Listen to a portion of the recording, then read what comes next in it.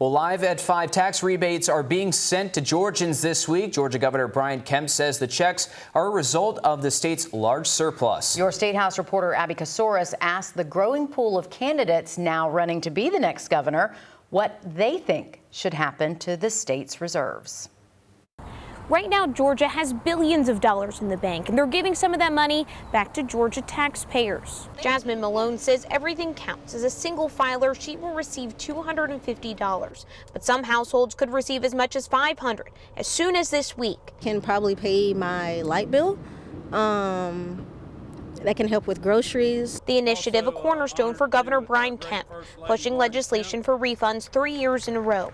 It will cost the state more than $1 billion, but it's a small portion of the state's $16 billion surplus. Since Kemp can't run again for his seat, we asked the 5 candidates vying for the governor's office if they would dip into the reserves and what is worth the money. State Senator Jason Estevez voted for the rebates and supports issuing them again, but feels strongly the state should spend more to help small businesses, fund education initiatives, and expand Medicaid. We can do both, especially when you have as much money as we do sitting in a bank account being hoarded by state leaders. Former Atlanta Mayor Keisha Lance Bottoms suggests eliminating the income tax for teachers, targeting resources to struggling communities while incorporating some of the governor's successes.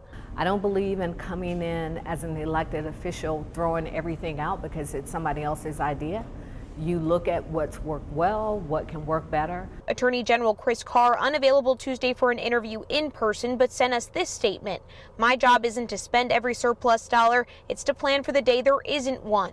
That means budgeting conservatively, as Governor Kemp has done. State Representative Derek Jackson, who announced his campaign on Tuesday, supports removing the income tax for nurses, teachers, veterans, and seniors. He also supports spending because, quote, we've already greatly exceeded the rainy day fund. I think those who say, let's keep the money for a rainy day are already spending it. The Georgia Tax Center is an online tool to help you see how much money you could receive.